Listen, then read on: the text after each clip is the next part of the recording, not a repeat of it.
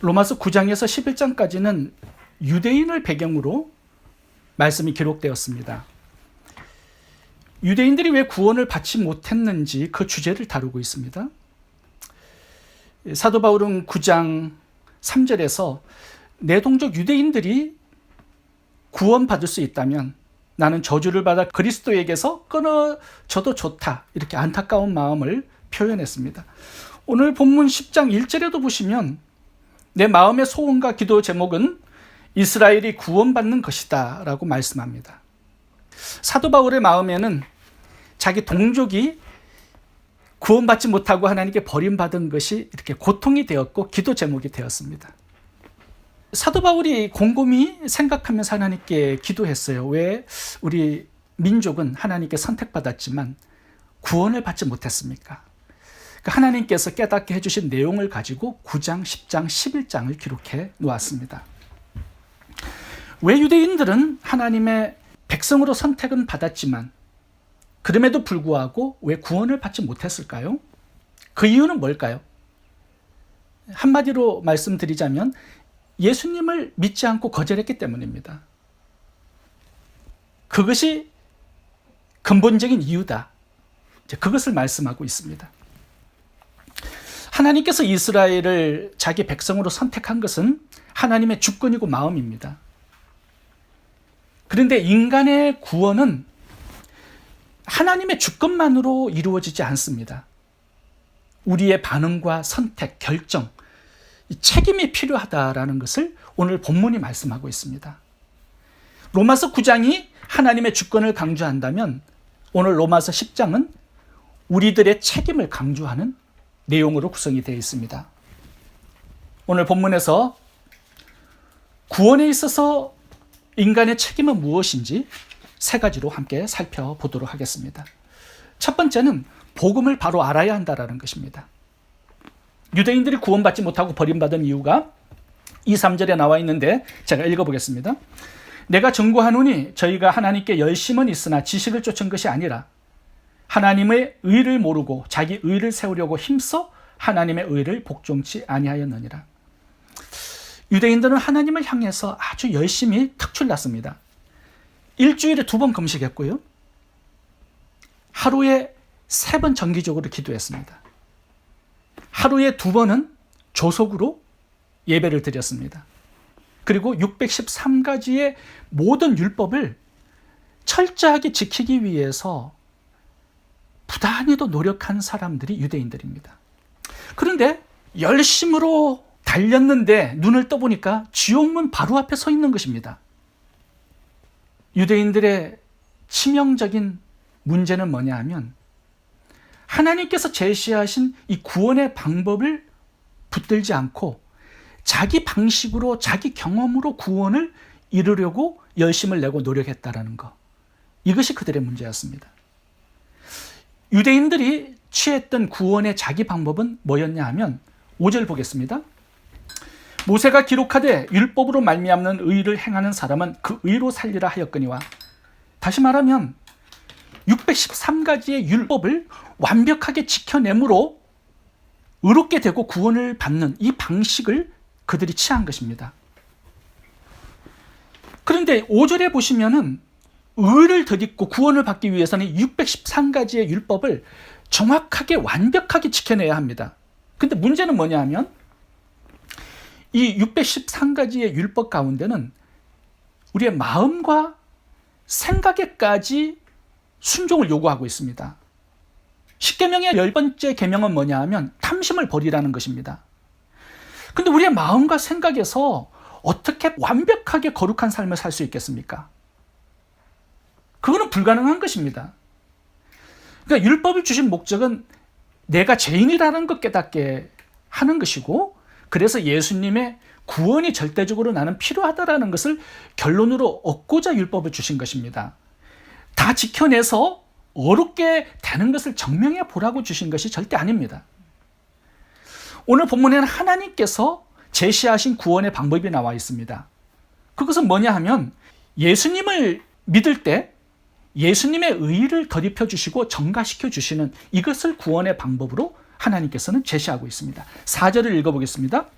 그리스도는 모든 믿는 자에게 의를 이루기 위하여 율법의 마침이 되시느니라.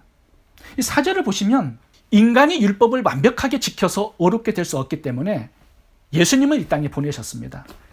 예수님이 내면과 행위 전체적으로 율법을 완벽하게 순종하셨습니다. 그래서 우리가 예수님을 믿을 때 예수님과 한 몸이 되게 해서 예수님께서 완벽하게 지키시고 성취하신 그 율법을 내가 다 지킨 것으로 하나님께서는 여겨주시겠다라는 것입니다. 그것이 예수님의 의를 덧입게 하시고 증가시키는 믿음의 방법입니다.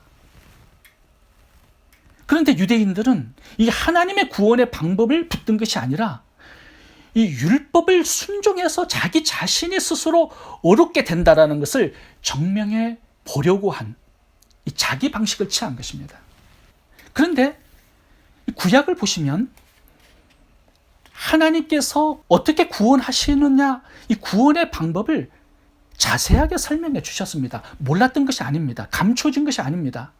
레위기서를 봐보세요. 레위기서에는 이 5가지 제사법이 나오는데 이 제사법이 예수 그리스도를 믿음으로 의롭게 되고 구원받는다라는 방법을 자세하게 풀어서 알려주신 것입니다. 죄인들이 흠없는 짐승을 끌고 옵니다. 그리고 죽이기 전에 안수하죠. 자기 자신의 죄를 짐승에게 전가시키는 것입니다. 그리고 죄인들이 지은 죄의 값을 이 짐승이 죽음으로 대신 치르게 만든 거예요. 그런데 이 죄의 전가가 안수를 할 때 원웨이로 전가가 일어나는 게 아니라 쌍방, 투웨이로 전가가 일어납니다. 내 죄는 짐승 속으로 들어가고 내 죄값은 짐승이 죽어서 치루어주고 짐승을 흠없는 것으로 가져오라는 이유가 그 흠없음, 그것은 나에게 들어오는 겁니다. 전가가 되는 거예요. 이게 예수님의 이 십자가 죽음과 피의 상징성 아니겠습니까? 우리가 예수님을 믿을 때 우리의 죄는 예수님께 들어갑니다. 우리의 죄값은 예수님이 죽음으로 대신 치루어 주셨습니다. 그리고 우리가 믿을 때 예수님의 흠없으심, 죄 없으심은 나에게 전가가 되는 것이고 예수님께서 완벽하게 의를 순종하신 것, 율법을 순종하신 그 의는 나에게 전가가 되어 들어오는 것입니다.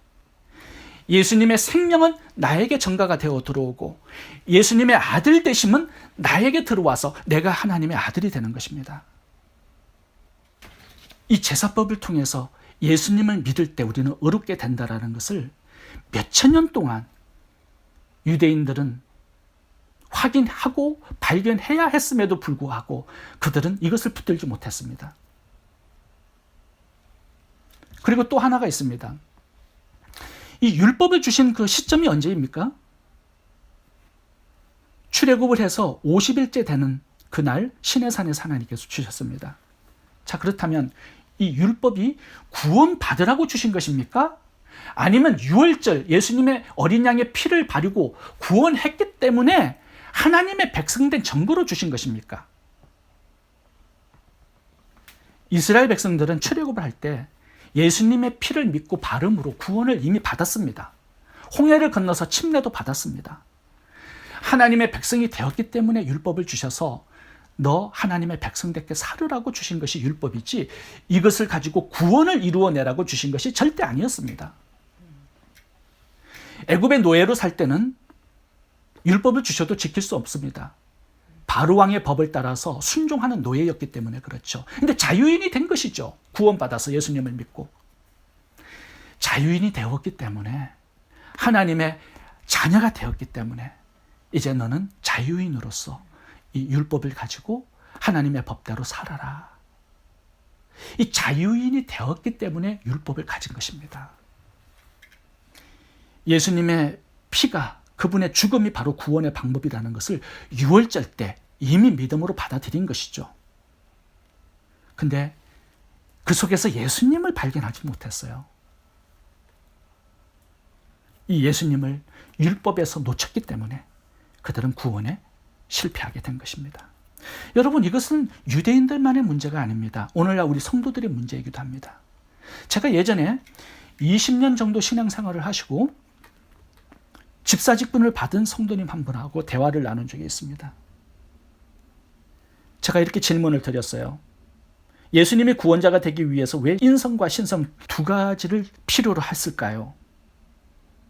왜 예수님께서 십자가에 죽고 피를 흘리셨습니까?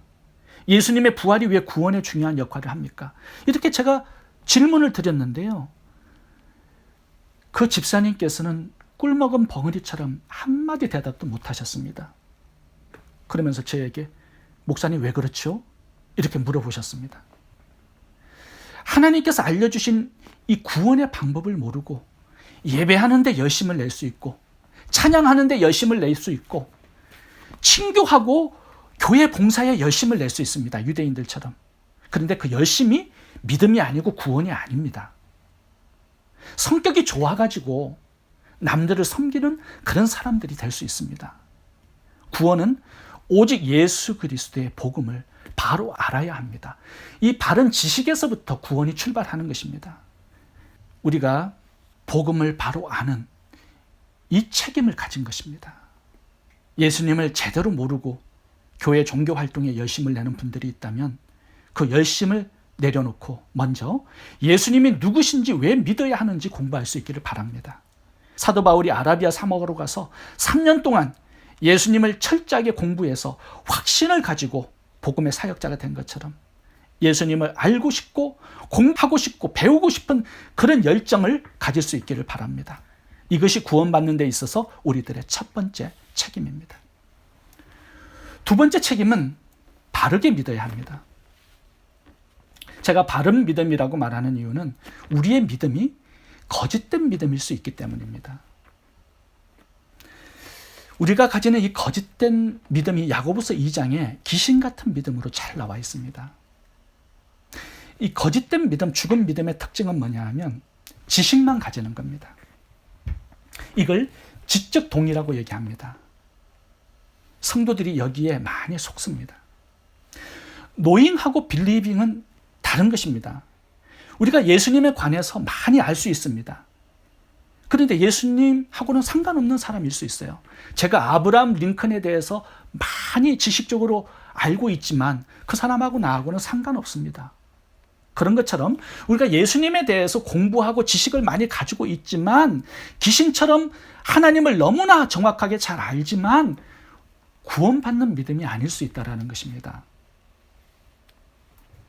제가 예전에 대학을 다닐 때 성경 과목을 교양 과목, 선택 과목으로 공부할 수 있게끔 했습니다. 일반 대학이었는데 학생들이 학점을 받으려고 성경 과목을 선택해서 열심히 공부를 합니다. 학기말 시험에 예수님의 존재, 사역에 대해서 정확히 적어야 학점을 받을 수 있어요. 그래서 예수님이 십자가에 죽으시고 부활했다고 적습니다. 예수님이 유일한 인류의 구원자라고 적습니다. 예수님의 피를 통하여 제사함 받고 예수님을 마음에 영접해야 구원받는다라는 거 정확하게 알고 답을 적습니다. A 학점을 받아요. 근데 그 사람이 구원받는 건 아닙니다. 천국 가는 건 아니에요. 구원받지 못해도 예수님에 관한 지식에 지적으로 동의할 수 있습니다. 동정력에 탄생됐고 예수님의 피가 죄를 사하고 죽고 3일 만에 부활하고 유일한 인류의 구원자 되신다라는 거 지적으로 동의하고 인정할 수 있습니다. 근데 그것은 구원받는 믿음이 아닐 수 있어요. 구원받는 믿음은 예수님을 나의 구원자로 바로 알고 내 마음 문을 열어서 예수님을 영접하는 것입니다. 오늘 본문에 보시면 예수님의 죽음과 부활을 믿고 마음에 영접해야 된다라는 말씀을 많이 하고 있습니다. 그리고 오늘 본문에 보시면 주인, 로드라는 단어가 많이 나옵니다.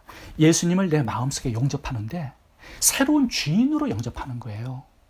예전에는 내가 주인이었습니다. 내 마음대로 살았습니다. 그런데 새로운 주인이 생기는 것, 이것이 참된 믿음이고 이것이 참된 구원인 것입니다. 오늘 로마서 10장을 보시겠습니다. 유대인들이 구원받을 조건들은 100% 다 갖추었습니다. 근데 왜 구원받지 못했는가? 예수님을 알아요. 그렇지만 마음 문을 열고 예수님을 영접하지는 않았다라는 것입니다. 예수님을 거절해요. 마음 문을 완전히 닫아버려요. 이것이 요한복음 1장 11절 12절에서 지적하는 내용입니다. 제가 읽어보겠습니다.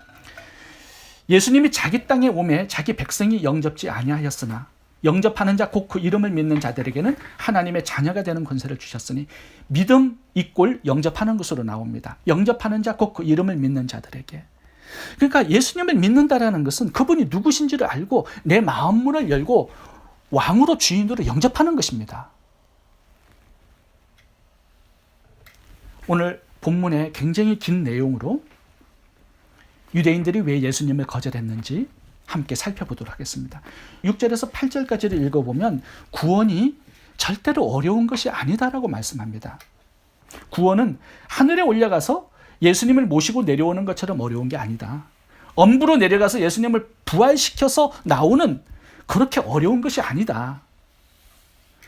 예수님이 구원에 있어서 필요한 것은 전부 다 완성하고 끝내버리셨다.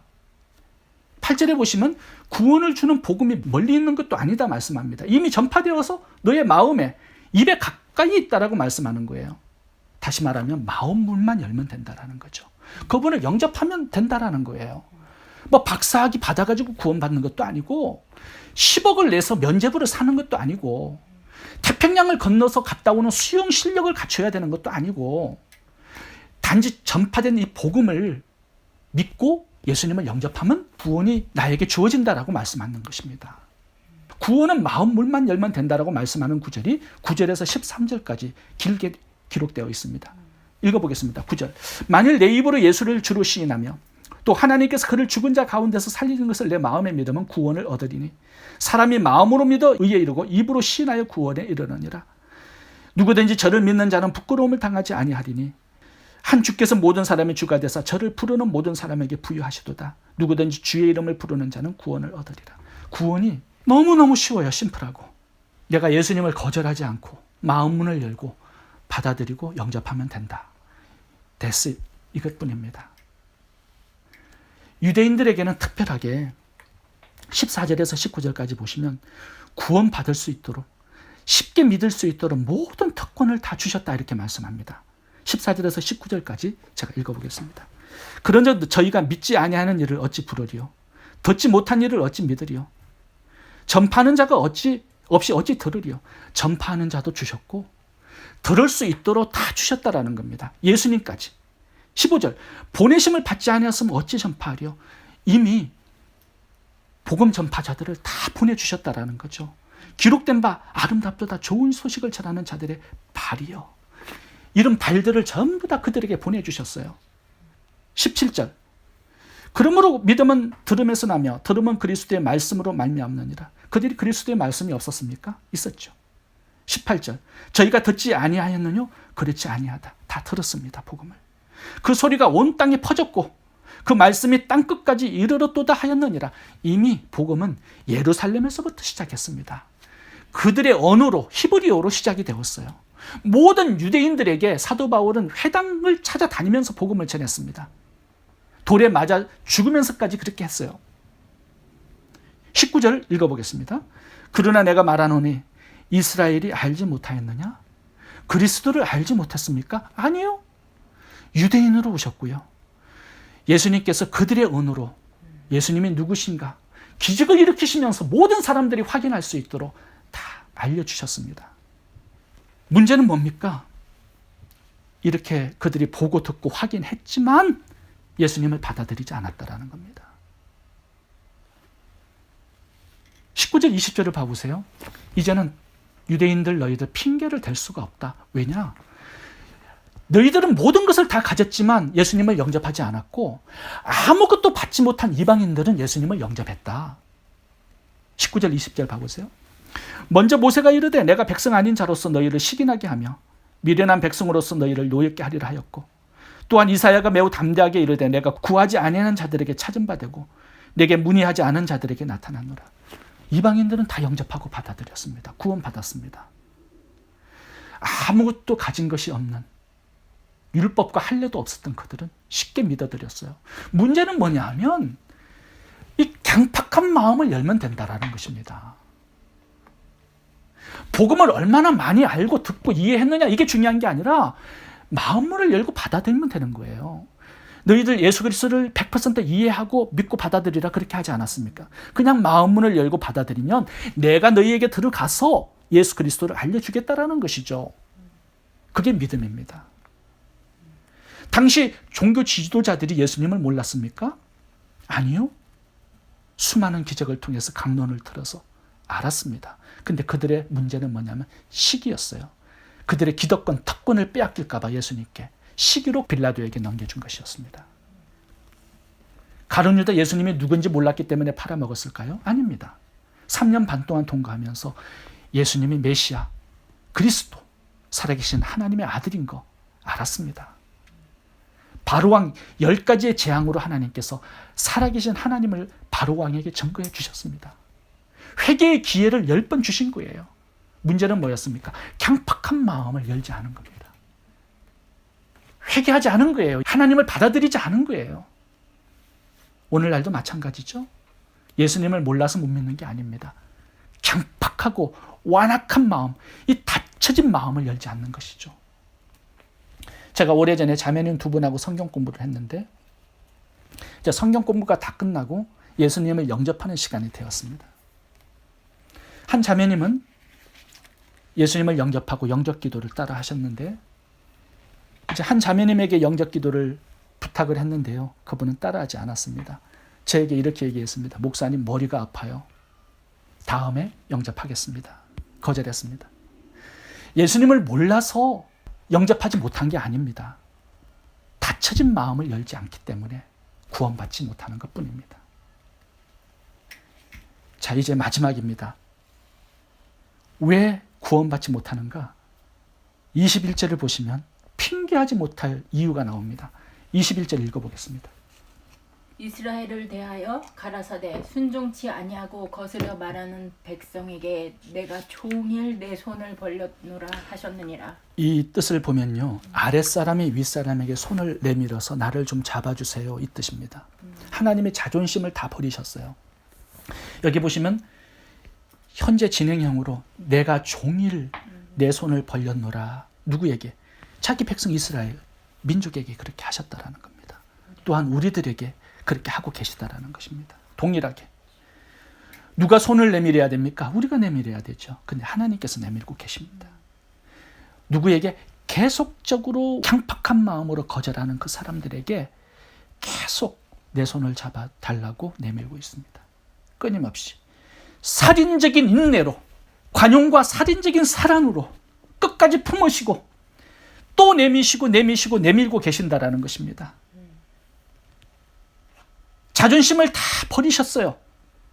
예수님은 자존심을 다 버리시고 이 땅에 마리아의 몸에 10달간 아기로 잉태되셨죠. 십자가에서 벌거벗긴 바 당하여서 침뱉은 바 당하여서 채찍을 맞으시고 십자가에 못 박혀 강도 같은 죽음을 당하셨습니다. 그 고통을 견뎌내셨어요. 우리의 죄를 사하기 위해서, 우리를 구원하시기 위해서 엄부까지 우리의 죄짐을 지고 내려가신 것입니다. 그걸 부끄러워하지 않으셨어요. 내가 구원받을 수 있다면, 사도 바울이 그렇게 고백했죠.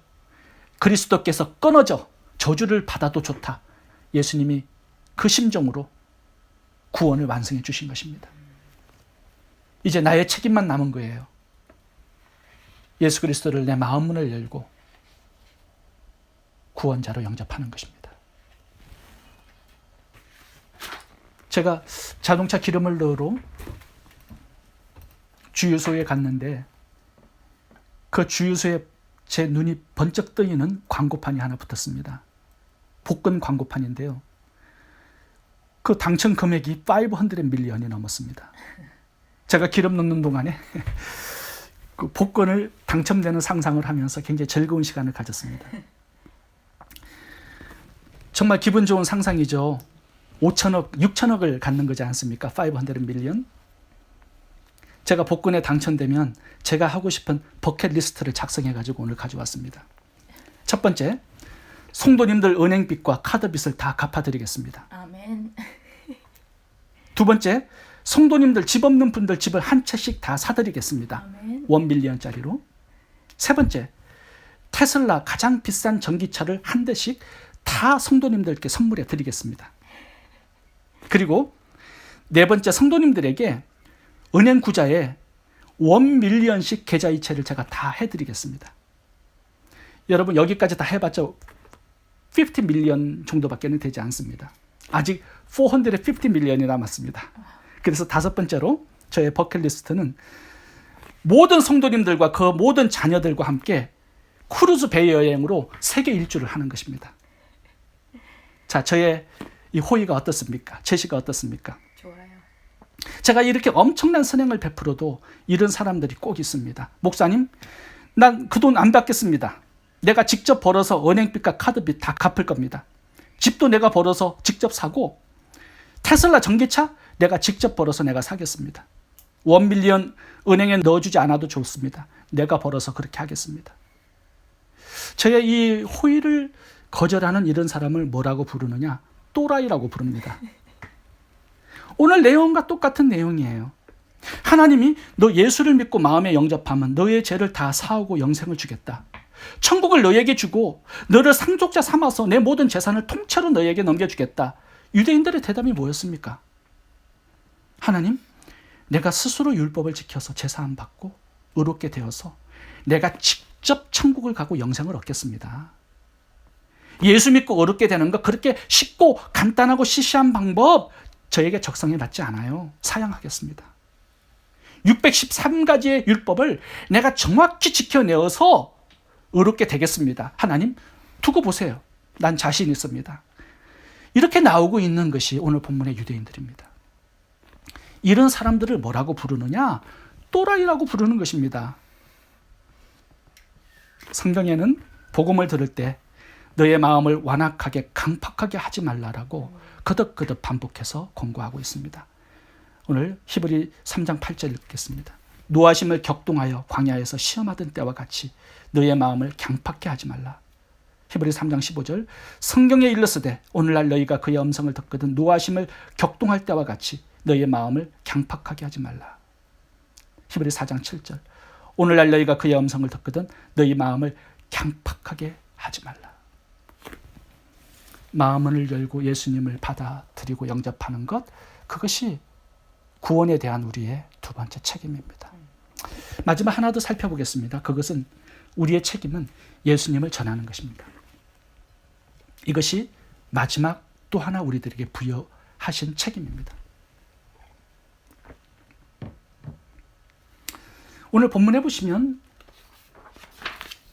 복음 전파의 사명에 대한 얘기가 참 많이 나옵니다. 18절 우리가 전파하는 믿음의 말씀이라. 14절 전파하는 자가 없이 들으리요. 15절 보내심을 받지 않았으면 어찌 전파하리요. 기록된 바 아름답다 좋은 소식을 전하는 자들의 발이요. 오늘 14절 15절 보시면 이 신체 구조를 통해서 복음의 책임을 설명하고 있습니다. 한번 봐보세요. 14절 15절 보시면 먼저 머리로 구원의 지식을 알아야 합니다. 그리고 마음으로 믿어야 합니다. 그리고 입술로 시인해야 합니다. 자, 그 다음에 마지막으로 나온 게 뭐예요? 발로 걸어 다니면서 복음을 전파하는 것입니다. 이게 다 하나로 움직이고 있습니다. 이게 우리의 책임이라는 거예요. 내가 알고 믿는 예수 그리스도를 다른 사람에게 전해주는 전것까지가 우리의 책임입니다. 그것이 바른 믿음이고 구원받은 자의 삶입니다. 사마리아 우물가 여인도 구원을 받자마자 어떻게 살았습니까? 수가성 마을로 뛰어가서 내가 예수님을 만났다 와보라 복음을 전했지 않습니까? 삭개오도 예수님을 만나자 구원받은 다음에 재산의 반을 나누어서 예수 그리스도를 전파했습니다. 막달라 마리아도 예수님을 만나서 구원받은 다음에 복음의 전파자가 되어 살아갑니다. 내가 복음을 아는 것과 믿는 것은 눈에 보이지 않습니다. 그래서 확인이 불가능한 것입니다. 내가 알고 믿은 것은 확인이 가능합니다. 어떻게? 행동을 보고 삶을 보면 알 수 있습니다. 복음을 전하는 것을 보면 예수님을 알고 바르게 믿고 있는 것입니다. 그런데 지금까지 수십 년 동안 믿고도 단 한 명에게 복음을 전하지 않았다면 그것은 복음을 모르고 믿지 않고 있는 것입니다. 복음을 아는 것과 믿는 것, 그리고 복음을 전하는 것은 삼위일체처럼 함께 연결되어 있다는 거 아셔야 합니다. 생각해 보세요. 진정으로 아는데 그것을 어떻게 믿지 않을 수가 있을 것이며, 내가 믿은 것이 어떻게 행동으로, 말로 밖으로 나오지 않겠습니까? 사도 바울을 봐보세요. 바울은 예수님을 알고 믿고 영접한 후에 동족의 구원을 위해서 복음을 전하면서 오늘 기도하고 있습니다. 사도 바울은 예수님을 믿기 전에 잘못된 열심을 가졌죠. 근데 예수님을 믿고 난 다음에는 열심의 방향이 제대로 바뀌었습니다. 바른 열심이 되었습니다. 예수님의 복음을 땅끝까지 전파하는 그 열심을 가지고 살았던 거죠. 사도행전 10장 24절에 나의 달려갈 길과 주 예수께 받은 사명 곧 하나님의 은혜의 복음을 전가하는 일을 마치려 하면 나의 생명을 조금도 귀한 것으로 여기지 아니하노라. 개신교 역사상 가장 큰 영향을 끼쳤던 사람 중에 조지 위필드라는 사람이 있습니다. 미국의 18세기의 대각성 운동을 이끌었던 사역자였습니다. 그분의 전도를 받고 한국으로 선교사로 나오신 분이 있습니다. 언더우드 선교사입니다. 그런데 이 조지 위필드는 복음을 전하는데 30년 동안 사역을 했습니다. 그런데 일주일에 복음을 전한 시간이 40시간이었습니다. 40시간. 이게 살인적인 일정이잖아요. 어느 날 보스턴에서 큰 집회를 마치고 이제 말을 타고 어느 작은 동네에서 머물게 되었습니다. 그 동네가 엑세터라는 동네입니다. 그런데 사람들이 그를 알아보고 복음을 전해달라고 요청을 했습니다. 그래서 적극으로 복음 집회가 시작이 된 것입니다. 그런데 조지 위필드는 너무나 지쳐 있었습니다. 그럼에도 불구하고 전도 집회를 열었던 것입니다. 마이크가 없던 시절이었기 때문에 불을 토하듯 설교를 했습니다. 그날 저녁 이 엑스트라는 작은 동네에서는 굉장히 큰 영적인 부흥이 일어났습니다. 수많은 자들이 예수님을 믿었고요. 또 회개하고 복음을 받아들인 사람들이 굉장히 많았습니다. 그 복음을 전하고 조지 위필드는 죽었습니다. 그의 나이 56세였어요. 근데 이 조지 위필드가 왜 이렇게 유명하냐 하면요. 그의 기도문 하나 때문입니다. 들어보세요. 하나님, 나의 인생이 녹슬어 없어지지 않고 닳아서 없어지게 하소서. 나는 녹이 썰어 없어지기보다는 닳아서 없어지기를 원하노라. 이 한 구절 때문에 그의 인생이 굉장히 유명합니다. 여러분, 우리의 인생이 그렇게 긴 것이 아닙니다. 복음 전파의 기회가 항상 우리 앞에 주어지는 것이 아닙니다. 여러분, 복음의 책임을 다할 수 있기를 바랍니다. 복음을 위해서 남은 인생 달려가는 저와 여러분 될 수 있기를 바랍니다. 기도하겠습니다.